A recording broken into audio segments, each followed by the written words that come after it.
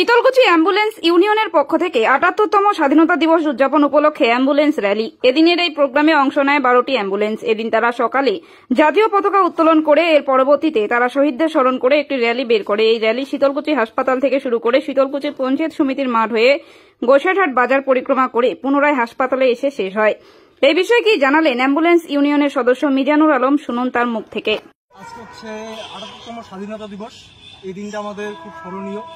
15 আগস্টে আমাদের স্বাধীনতা হয়েছিল 1947 সালে।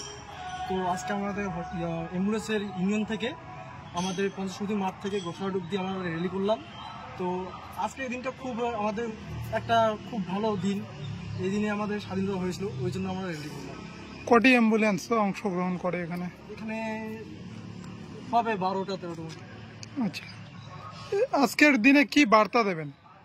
আজকের দিনে বার্তা হচ্ছে আমাদের যে বেশিরভাগ তো গাড়ি নিয়ে অনেকগুলো দুর্ঘটনা হচ্ছে।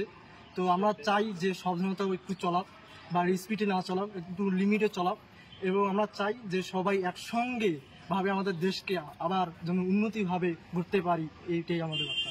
কি নাম আপনার? মিজানুর আলম। কোন দায়িত্বে আছেন?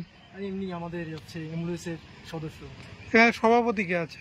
সভাপতি হচ্ছে আমাদের শফিকুল মিয়া। সম্পাদক? সম্পাদক হচ্ছে আমাদের হামিদুল মিয়া।